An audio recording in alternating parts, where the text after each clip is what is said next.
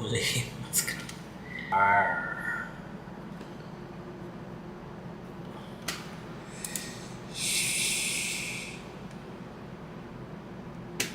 Obelisk. When he presents, the conflagrant high wind will blow the Mother Earth chaos. All biology became skeleton. It's time to So we're about 7 kits deep now into the Bandai Figure Standard Amplified line of Yu-Gi-Oh! Model kits, and so far they've been all amazing. Kind of different grades of amazing, from fairly okay to absolutely fantastically the brilliant, the puzzle box, the absolutely fantastic Exodia. The flying ones are a little bit on the rickety side, being the Winged Dragon of Ra and the Blue Eyes White Dragon, but all of which are a little bit better if you put a little bit of time in and a little bit of painting. The best one so far is the one I'm taking a look at today, Obelisk the Tormentor. This kit right here is essentially absolutely perfect out of box. It looks so good. Obelisk always was, for me, one of the coolest Yu up there with Exodia and Slifer the Sky Dragon. And what Bandai have done with this kit is phenomenal. Slifer the Sky Dragon. And what Bandai have done with this kit is phenomenal. It builds so easy, the build is smooth. Overall, in the end, you get a fantastic model kit that has surprisingly good articulation. This is the full package right here. Anyway, if you do want one of your own, this video right here, as usual, would not be possible without those absolutely fantastic people over at Hobby Link Japan. I'll throw a link down there in the description. But let's wind back the clock a little bit to the build, which was a whole lot of fun.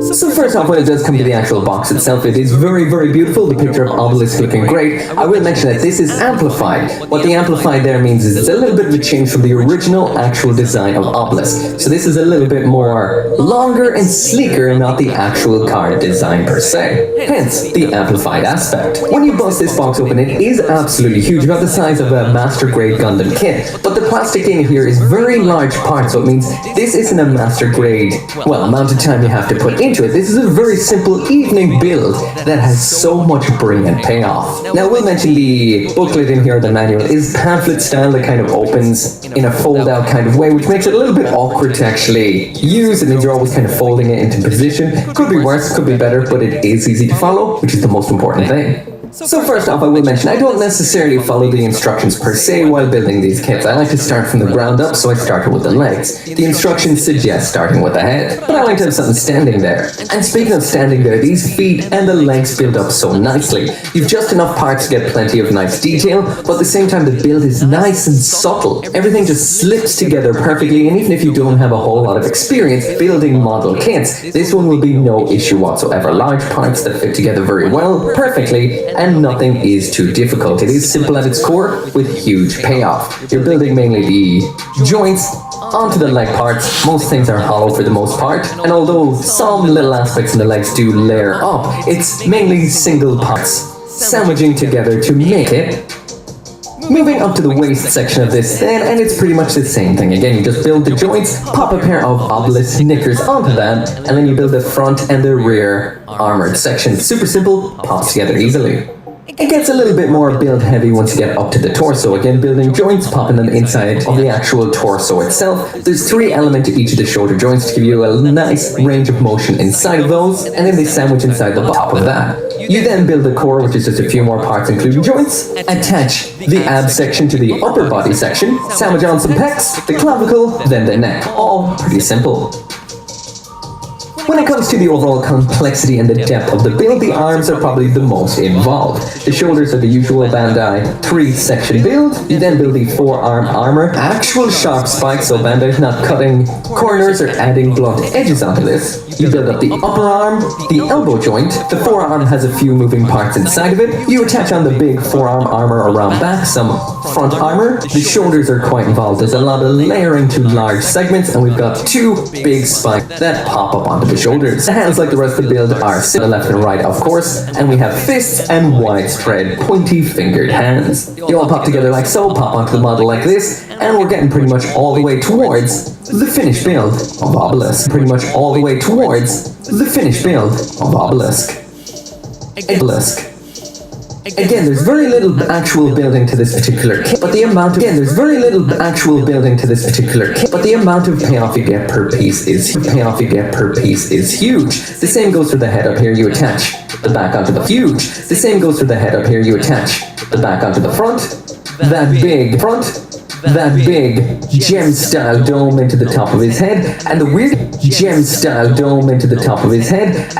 thing is you've got color-separated teeth in here. The teeth are tiny, a little bit difficult to get in, so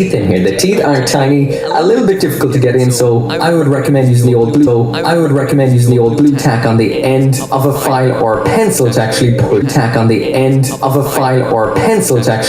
it in with. But if you can manage to get it in, it looks great. And the only thing I didn't really like about this particular head is the eye stickers. You do get 2 left and 2 right just in case you do screw up, but these lie a little bit funny on the eyes, and even though I tried to actually push them in so they actually wrap around the actual three-dimensional eye itself, it didn't really work out, so I decided I was going to whip out some paint. If you're wondering how I painted these eyes, I just got some Warhammer paints. I went in with lead Belcher's eyes. I just got some Warhammer paints. I went in with lead Belcher for some silver, Stormhost for a lighter silver. Then I got this ball or bale, depending on how you like to say it, red, which is a contrast paint which kind of lets the silver through slightly. From below. Then I grabbed Carrollburg Crimson Shade just to kind of put a little bit of a darker. It kind of hides the bad paint job underneath, and it all worked out nicely. And while this was drying, it was time to move on to the wings. The wings on this kit are a very nice build. Bandai could have went simple, but they did add a little bit of articulation into these. So you just build up the spiky top part, and then you start building on the various little flap sections, which are 2 parts a piece and have a little bit of articulation inside of them. You do this about 3 times, add in a joint, that joint pops into a smaller joint, and then both of those just pop onto the back like so. You get a lot of nice payoff for not a lot of building all over this kit, wings included. So that does mean when you are finished with the build, it looks like this, and you can actually pose this up nicely, including opening up the wingspan somewhat to give it a little bit more presence. This is a very nice kit. I only feel there is one kind of down point to it, which I will mention a little bit later on. I'll mention it right now. I wish it came with a stand, or with stand compatible for flying poses. Let's check out the aesthetics. So now jumping on into the aesthetics, and this right here is essentially what you get out of box. Now I did mention I did paint the eyes on this, but you can never see that from a distance. So this is essentially what you get out of box. Now this is an absolute beast of a model kit. Now depending on where you're actually going to measure it to, you kind of get different results. I'm just going to go with the actual tippy top of the kit, which is the tips of the wings. This measures